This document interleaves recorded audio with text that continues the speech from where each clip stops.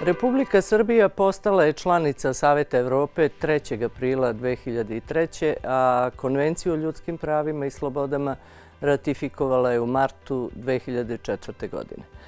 Od tada do danas Srbija je ostala konstruktivna članica koja je prihvatila i sprovela brojne preporuke Saveta Evrope u oblastima vladavine prava, demokratije i ljudskih prava.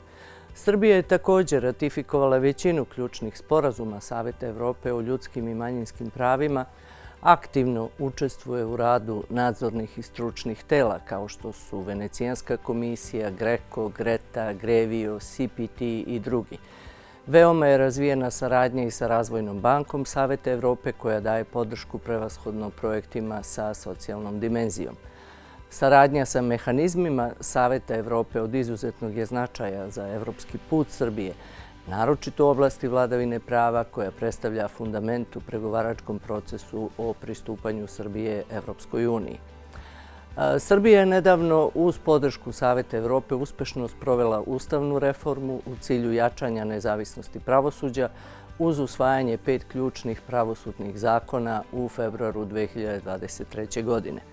U ovom procesu izuzetno je bila važna uloga i smernice koje je davala Venecijanska komisija, koja je pružala stručnu i tehničku podršku u tom važnom i zahtevnom procesu.